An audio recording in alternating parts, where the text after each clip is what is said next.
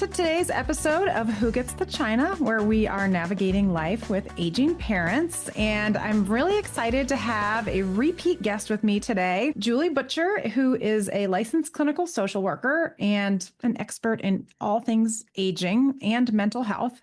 She was a guest last season and got so much great feedback from our episode that we decided to bring her back. So, Julie, thanks so much for being with us today. Thank you for having me. So, Julie gave us so many amazing little nuggets of wisdom last time, from things like the seventh voice, having no plan is also having a plan, the spoons theory, just so many little pieces of practical wisdom. And I'm excited to learn more from her today. She's started a company that's called Sunset Counseling with the perspective of therapy for seniors. How, when, why therapy might be called for, and also as the caregiver, as the daughter, how you can get that conversation going, because not that many caregivers or older people are receptive to therapy or think they need it. Right? They might be receptive, but might not cross their mind that it could be a solution that could be useful. So we're going to kind of dig into a lot of issues related to that today. And I'm calling it sort of when to call in the reinforcements. One thing that I kind of wanted to start with was mental health in older adults can look different. Some of the cues that we might be used to looking for in ourselves or in our teenagers or our kids don't really apply. And so let's talk for a minute about some of the mental health issues that seniors might be facing. And then we'll talk about kind of what are some of the cues to look for that we might be missing. So in your practice, talk to us a little bit about what are some of the things you see? Well, one of the big things is sometimes it's kind of hard to differentiate between cognitive and some memory loss and depression. And sometimes when somebody is completely overwhelmed, especially with, I see this a lot with when a caregiver is taking care of their spouse and the spouse is having health issues.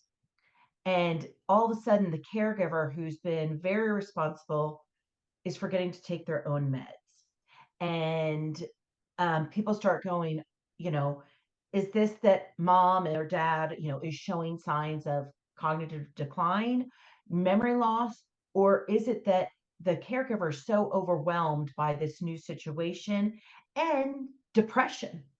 And it could be that they are starting to really feel down and overwhelmed, and they are preemptively grieving the loss of their spouse because they suddenly see that maybe this is the end. And they are so, for some women, they've never taken on the finances, and in some men have never taken on the finance. I mean, like Right. in my parents' situation, it's actually the reverse. My mom's always handled the finances and not my dad. But typically, I find it is a lot of women, and they are overwhelmed. And so you start seeing these cognitive, and people start going down this route of, is mom having cognitive decline? And Mm-hmm. if it's cognitive decline, you should treat that differently than depression. And, it's this whole thing about, like, depression, anxiety, normal aging, being overwhelmed, all of those things can be treated differently. And sometimes as the child, you're not sure what you're seeing because, frankly, your parent might not know what they're dealing with either. Right. They might not be able to name it, and certainly, we've talked about that, this generation, sort of the pull yourself up by the bootstraps. We don't talk about problems. Yeah. It's true. And We don't so, I talk mean, about it. and if you do talk about it, it's, you go through the whole thing about, like, why are you talking about it? Are you talking about it to be a gossip? Are you talking about it, and so that's a whole nother different thing, but trying to figure out, which emotion it is. And all of those could be a reason to start therapy. And, therapy could be the answer for all of it. And sometimes I find that people are more willing to go to therapy for a reason. So not just, oh, you seem down to me. Would it be helpful to talk to somebody? Like sometimes it's like, Mom, you have so much going on right now. You're taking care of the house, you're taking care of dad, you're, dealing with this and that and, whatever it is. And I don't think I can give you as the child. I'm too emotionally invested and you don't want to tell me all of your problems because you don't want to say to me like I'm scared to death of losing dad because they know you're scared to death of losing your father, or however it Yeah. plays out. And so there's a parent still might be like wanting to not burden their children. And so that's when it's nice to have an outside person. And finding a therapist that works with older adults is very important. There are a lot of times that people say, oh, I think I can, I haven't worked with a lot of seniors, but I'm sure I can handle it. And so some therapists, and sometimes they're right and sometimes they're wrong, but there are things that an older generation will say that may not be something that, I mean, someone my age would actually say. And because I've been around so many seniors for so long, when they say these things, it means something different for me. And let me give you an example because Yeah. Give us an there's example. yeah, because I'm kind of being nebulous in how I say that. But like when I first started doing home visits, and I would be talking to people about whether they needed care in the home. And I would hear a lot, well, if I'm going to need that, just take me out back. And that was the first time that happened. Now, like I've gotten to where I understand what they're saying is, I don't like how my life is going. I don't like losing control. A lot of the times it has to do around with moving into a community. And I don't want to do that. So, now when I hear that, yes, I do an assessment to make sure that they are not, that this is not a plea for somebody really being at the end of their rope and really, it's not a suicidal ideation. I do have to look into that, but I then have to break it down and say, okay, let's talk about what you absolutely don't want to do. And let's start there. And let's talk about and sort of the breaking it into chunks because people aren't usually willing to say, I want to bring in help. They have to say, I'm willing to have somebody clean my toilets. Right. I feel like my parents would benefit from some extra hands on deck. They are doing amazing, like we just talked about. I mean, my parents still want to, go out and do their activities, but also there are things like making doctor's appointments, managing health issues that I see what you're saying. It brings on added stress for them. Right. And then we want to jump in and help. But sometimes an unemotionally attached third party is better equipped to provide the right type of help because we're going down some discussions about cognitive decline. And also, I've noticed like my dad has been super stressed about a number of things lately. And it's hard to unwind the ball of yarn and know what are we really dealing with? Is this just kind of like a temporary stressful situation because other outside influences are happening? Or is it more of a cognitive decline? And I mean, I'm not skilled. I don't know how to break those things apart. And sometimes things look differently. Sometimes it looks like it's a start of a cognitive decline. If you bring in a therapist and you start working, and then when you start unrolling, I love that ball of yarn, and you start unrolling it and you start taking some things off people's plates, they are able better to focus. We all work in an area like a heightened level of stress, and you add in some stressful situations.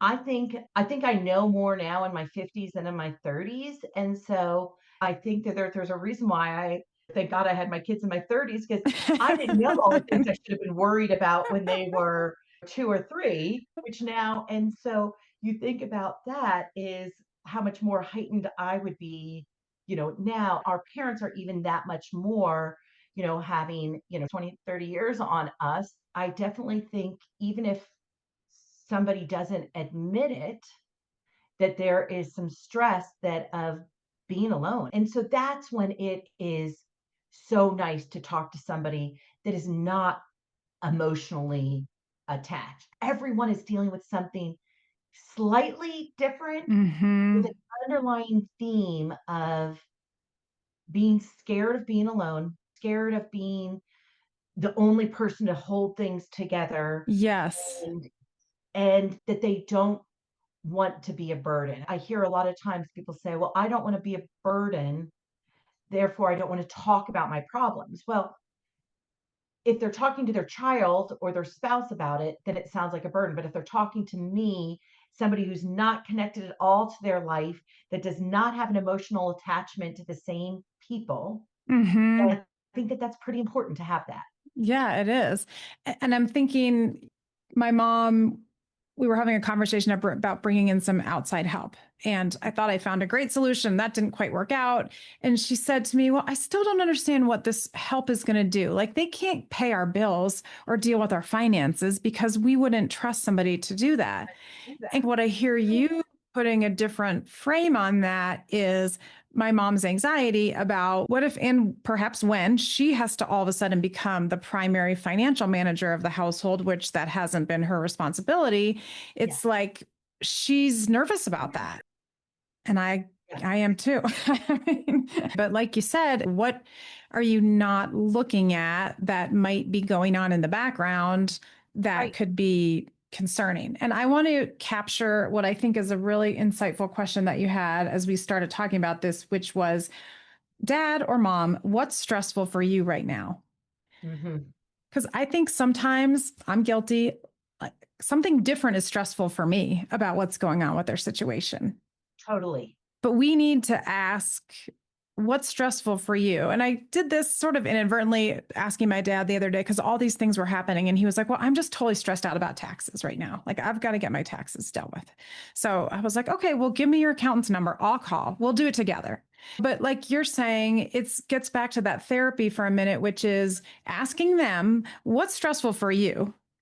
Okay, how can either I help, or how can we find the right external support to deal with what's keeping you up at night? Because what's keeping you up at night might not be what's keeping me up at night. And, some of it could be that whole like, I don't want to tell you what it is that's keeping me up at night, because Right. there's that whole idea that if I say it out loud, it'll be true. And so I'd rather just worry about it and never mention it. And so that is one of the things that I find that people will tell me as the therapist, something that they would never tell their family, because if they admitted to their family, I'm scared to be alone, they're afraid that they look weak. But hear me as an outside person, they can say to me, I'm scared to be alone. And then that's something that we can talk about in therapy, but their children never have to know about. It's not that they've really said it out loud, because they only said it to me and I'm not, Right. No one else one heard of it. their, nobody else heard it. Yeah. And everything that stays with us is confidential, unless it's something hurting someone or else. When we have little kids, or parenting articles often talk about when your kid comes to you with something that's difficult, using that old, do you want to be heard, helped, or hugged? It's not exactly the same with an older parent, but something we were talking about is they don't always need a solution. But what I think you're getting at is sometimes it's not always about finding a solution. It's just about acknowledging the loss of autonomy or control. And it's hard for us to hear that. I also have a lot of people that say to me, I don't want to deal with the past. And in therapy, you can direct what you talk about. Now, as a therapist, sometimes I pick up, people will say, "Oh, I don't want to talk about the past." But then they keep telling me stories about when they were 5 or 6. And so I'll then say, "Do you want to talk about that now?" I always think it's interesting, these people that said, "Oh, past is past.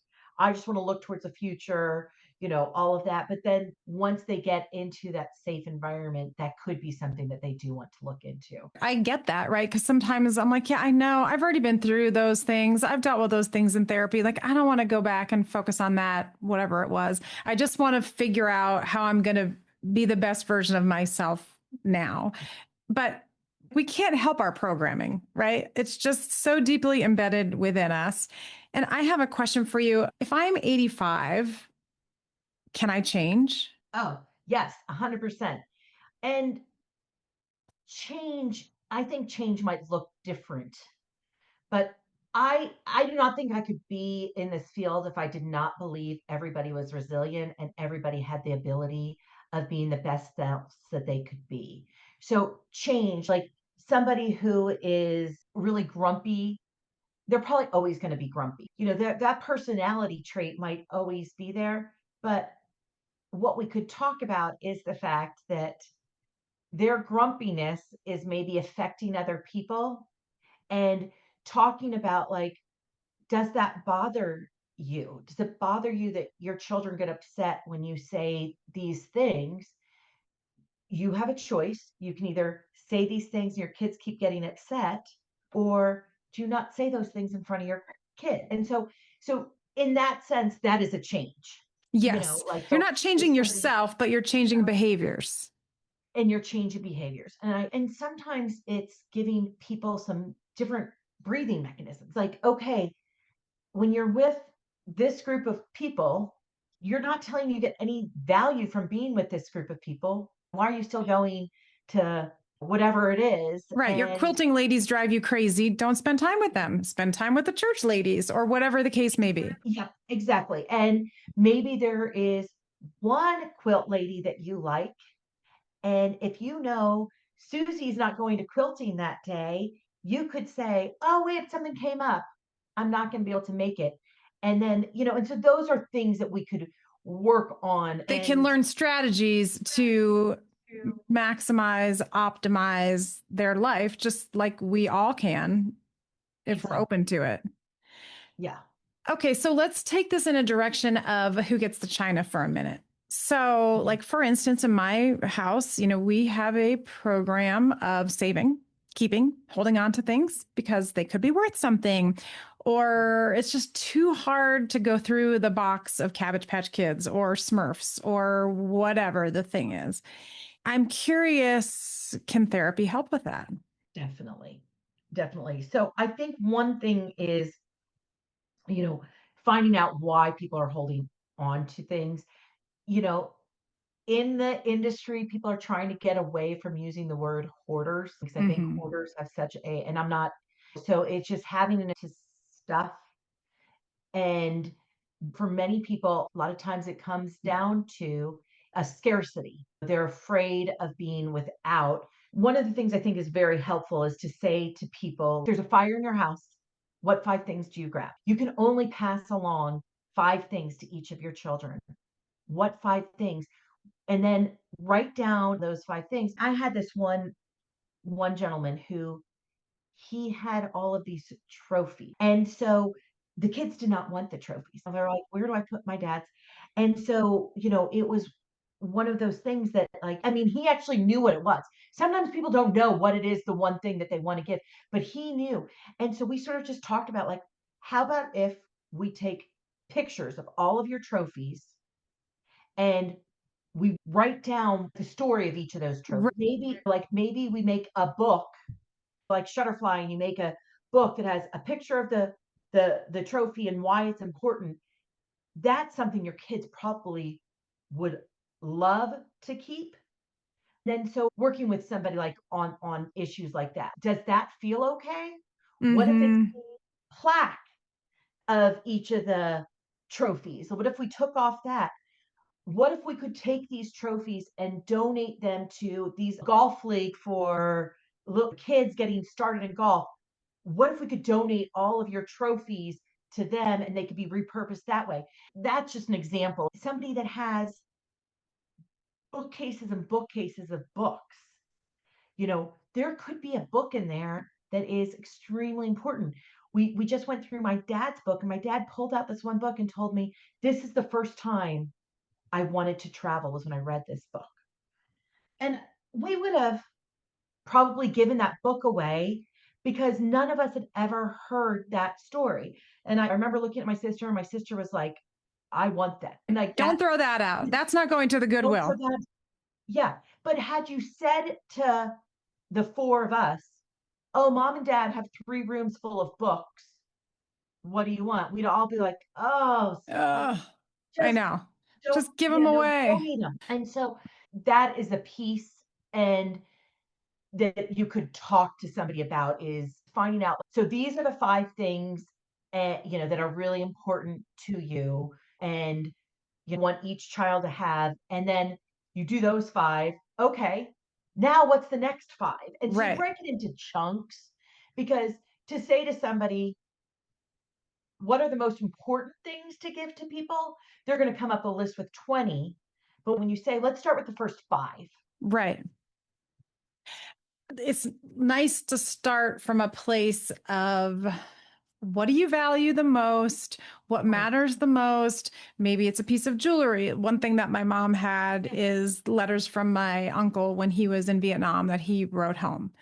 And so it's like, okay, let's do something with those, right? So I have them. They're still waiting for me to scan them in, but I'm going to do it. But make a little Shutterfly book of that, right? Because otherwise they're just going to deteriorate and get lost. But that's a really interesting part of my family history that I don't want to lose. Having a shoebox full of pictures or shoebox full of letters, whatever it is, that is overwhelming. But being able to take it and say, okay, I'm going to do something with it.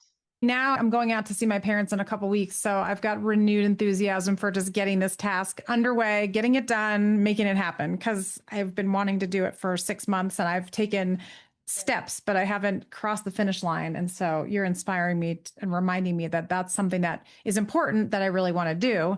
So, like, let's get that done. Let's prioritize that.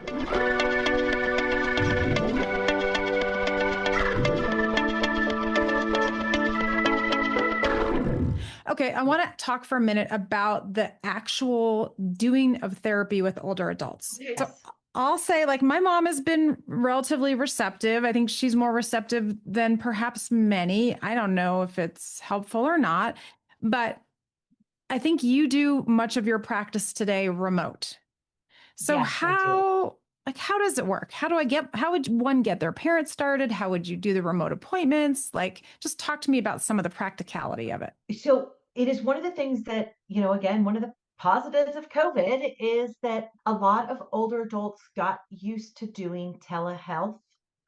It is literally an email that goes out that either is, depending on what device that they use, it's either an email or a text, and it's sometimes both. And it's a link that gets sent to them, and all they have to do is press start, and it gets them in there. And it is amazing. I've done it where I have been with people at their house and I've helped them start a telehealth with like a medical doctor Yeah. and they can do it. The nice thing about telehealth is when you start dealing with driving issues, again, it always goes back to Mm-hmm. if you are going to be going to a therapy appointment and you don't drive, it means your child is picking you up, driving you to the appointment, sitting there while you have the appointment, driving you home, driving them back to your house. I get a lot of times people will say to me, I really do better, with face to face. I feel like you and I are sitting in the same room right now because we're Right. looking at each other, and so, and I find that more people, they might be resistant to it ahead of time. And I'll say, let's try it. And then if they don't, then I find them a therapist in their area. There's lots of different ways to find therapists that specialize in working with seniors. I do think it is important because it's not the same set of challenges and issues. I do think that as the child or the caregiver, you got to help. That is something that I think is okay for you to step in and say, let me do some research.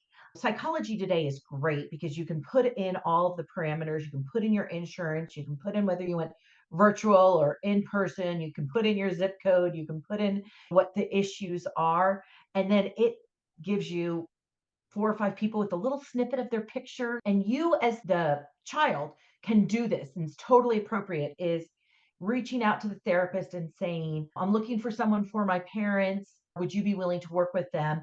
Then sharing all of that Mhm. information with your mom, and then you and your mom could say, okay, this is which one I want to do.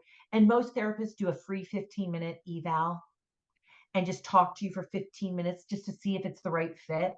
And if it's not the right fit, they can say, okay, why don't I set up somebody else for you? Or you could say, okay, I have somebody else in mind. Another thing about remote is just the added privacy, honoring that privacy for them is a benefit of doing it remote. It doesn't have to be a big event to get out of the house to go do it. So I send a link to this one new patient who I sent her the link and the meeting wasn't until the next week. Well, she clicked on the link immediately, and then it sort of generated a new meeting and all of this. And then she called me and she was in such a panic. And I was like, it's no big deal. It's fixed. And she's like, oh, I'm such an idiot. I'm like, no, you're not. I'm like, that wasn't like, I can see how that happened. I reframed it to be like, well, I'm just glad it worked, that you saw it, you knew how to click on it. And, so that again is one of the things about being with somebody who's worked with a lot with an older person is you don't get upset about that. And I called back, immediately, and she left me a voicemail and said, I messed it up totally. And I'm like, no, you didn't. We fixed it. It's great. Everything worked out.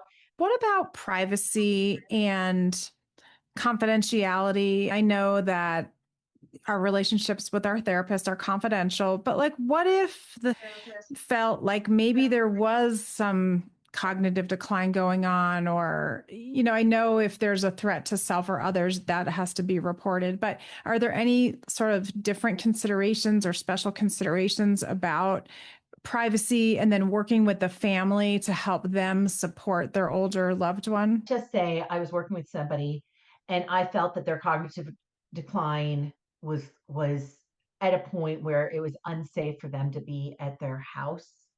I would bring it up first to the person and I would say, you know, we've been working together for a long time and I'm noticing some cognitive changes. I Let's talk about how we want to handle this. Do you want to have your son, daughter, spouse come to our next session and we have a joint session? And then they'd say, oh no, I don't want to do that. Okay. I'd gotten the name of your primary care physician when I started with you. Or can I reach out to your primary care physician? So I would first try to see what it is that they're comfortable with. If it really got to a point where I felt like they were a danger to self, I would be mandated to report it. So I would reach out to Adult Protective Services in their community.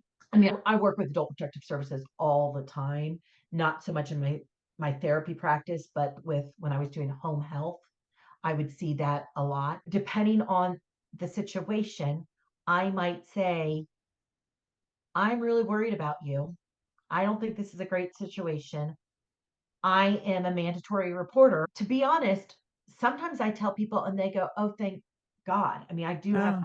people that say, I agree with you and that they are okay with me reaching out. So it's not like every time I call Adult Protective Services, they're coming in and removing that person from their home. It could be that they're coming in and helping get set up transportation, They could be offering services that would support the person so that they can be independent in their home longer. So what would happen in a case of, like, I'm just thinking about with so much elder fraud that goes on, like if a client said, oh, I just had to go get, $5,000 out of my ATM to give to my girlfriend who is in jail in this other country, and you sense that this feels like fraud, you would have to jump in and report that. Yeah. Yeah. I know you can't rely on a therapist to deal with that, but it just feels like more hands offer more security. And I do think your tone does matter. I mean, like I handle all the finances in our house. And so sometimes I'll say to my husband, like, what did you $300 at Home Depot? And he gets that, like a bad reaction. So like, I've learned that I say, the Home Depot bill for $300 just came in. How do I key it into Quicken? Yeah. What do I put it as? Is it home improvement? So like I have learned to ask the question, and it's the same thing with our parents when my dad had this $5,000 bill, and I was pretty sure I knew what it was. So I said, "Hey, Dad, I saw this $5,000 bill. I'm assuming that that was your hearing aids, and I shouldn't freak out, but the name didn't quite look right. Is that what it was?" "Oh yeah, that's exactly what it was. Yes, I did know about it." "Great, thank you." And Right. so like we could move on. But had I called him up and said, like, "Somebody has your credit card. I think your credit card's been stolen. There's $5,000 missing," then he would have not thought at all about the fact that he had just bought $5,000 hearing aids. So again, it goes back to like how we treat somebody, whether it's your spouse or your parents. So if you open up the credit card and you see a $5,000 thing and you are freaking out, maybe you say, "Okay, I got to take a few deep breaths." Let the emotions And subside. yeah, Just yeah, count to 10. I'm wondering, in dealing with the older adults in therapy, are there any common themes that emerge that frustrate older parents about their way their children caregivers either act or engage? Like, are there things we can learn from your experiences as the children that we could do yes. better? Well, have I ever told you about the term that my mom came up with and that she calls me sometimes a helicopter daughter? No. The helicopter daughter thing, that is one of the reoccurring themes that I have seen. And so just like we know a helicopter parent who is always sitting there and trying to prevent issues and is trying so hard to put up so many guardrails that they don't let people make mistakes. As children, we can do that. And a big argument a lot of times I see the children want some, it's usually a device. So they want their parent to be using the walker or cane or, using a wheelchair. Yes. And so the children want that. And one of my mantras that I try to tell the kids and tell myself often is people have the right to make their own bad decisions. And when you need to step in is, you know, if it's life threatening. And so I finally did at one point say to my mom, like, "You don't want to use this device. What I'm afraid of is a fall's going to happen and your life is going to change and you're no longer going to have the option of using a walker. You're going to be in a wheelchair. And if you want to stay out of the wheelchair, you got to use a walker." And, and then to be honest, where you talk about change, the change really had to happen to me as the daughter, is that I was the one that had to be like, "Okay, this could be a life ending choice that my parent is making and my parents are making it. And I have to, if that happens, know I had voiced my opinion, I allowed them to make their decision, and I have to live with it." And of course, like, and I'll with my mom, she then did fall when she was on the walker Of and course. broke something, but Of she course sort of she fell did. I over the mean, yeah, I walker. could see that I know. So exactly how it that's would go like, down, right? Ah, come right, on. right, right. So, Oh, so that is one of those lessons for me that I just always have to remember. When it happened, I was like, "Oh, I wish it hadn't for so many reasons, but like those things I had to live with." And here's the thing is that when I say that, you have the right to make your own bad decisions until you don't.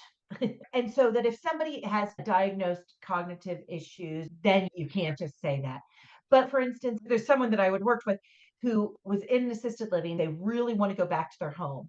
Their home is not habitable. I mean, it is rat infested. It has no running water. I mean, it's truly one of those like somebody hasn't vacuumed in a week. It is truly not something where somebody could live safely. And in that situation, if that person is going to choose to go back there, that is one again where I would have to recommend adult protective services. If you're going to put yourself in harm's way, that's different than just making a choice to not use the cane or the walker or the hearing aid, as the case may be. I can ask you a million times, please use your hearing aid. But if you're not going to use it, I can't go put it in your ear for you. I mean, I suppose I could, but that would feel really aggressive. And that is sort of one of those things that I've gone in lots of times and I've said to people, do you want resources? Do you want resources to help you stop smoking? If they say no, I say, okay, great, let's move on. And sometimes I'll have people say, wait. You're not going to tell me I need to quit smoking? I'm like, no, you've been smoking for 60 years. There's not a single thing I can tell you that you do not know about smoking. You've seen everything. I can't make you stop smoking, but if you are ready and you want to make a change, then, but I'm never, ever, ever, ever going to convince somebody to stop smoking because I think they should stop smoking. This brings me so full circle back to what we started with, was this idea of letting your parent lead, right? What is stressful for you right now, mom or dad? What do you need me to help you with? How can I support you?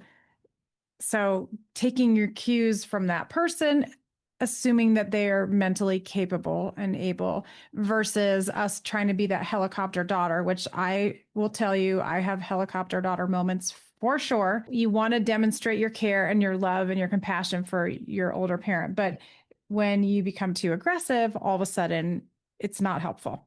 So I never recommend calling your parents when you only have 15 minutes and asking them what's going on, what life changes do we want to make, when you're like, oh shoot, I'm taking my daughter to the airport in 15 minutes. I can't do this, So yeah.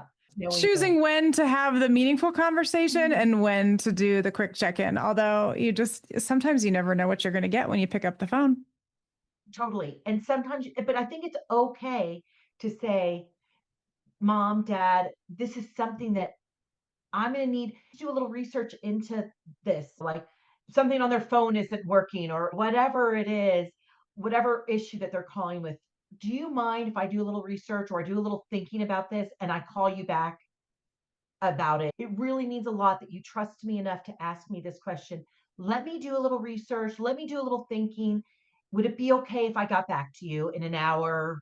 On that note, are there any final thoughts about therapy services for parents or older adults that you want to leave with us before we say farewell? I do have these mantras that I think all the time, and that is, you're doing the best that you can in this situation with the information you have at the time. I use that phrase of, we're making the best decision we can with the information we have now in dealing with my parents, but also it's become a good mantra for me just in my regular day-to-day life. Like whatever the thing is, I mean, whatever, I don't know, something financial or something travel related or something house related. It's like, you know what, this might not be the best decision 20 years from now, but right now we're doing the best we can. And let's just give ourselves a little grace and go with it. We're being thoughtful. There's not much more you can do. Well, we are excited about Sunset Counseling and this idea of offering counseling to older adults and really supporting the whole family in addition to supporting that older adult. It's really benefiting everybody in their ecosystem. So I thank you for your wisdom and bringing it to the audience of Who Gets the China. And I encourage anyone who's listening, share this episode with somebody that you know and love who's helping care for aging parents, because they will appreciate these little nuggets of wisdom as much as we do. So thanks for being here, Julie. Thank you. Who Gets the China is written and hosted by Kirsten Mao, produced by Aaron Bryce of Blue Ogden Productions. Our theme music is composed by Greg Fellman of Wind Sand Productions. Our cover art is by Jen Beam of Gigawatt Studio. For more stories and expert advice, follow along on Substack or at www.whogetsthechina.com. If you enjoyed this episode, please share it with someone who might appreciate the conversation. And don't forget to rate, review, and subscribe wherever you get your podcasts. Until next time.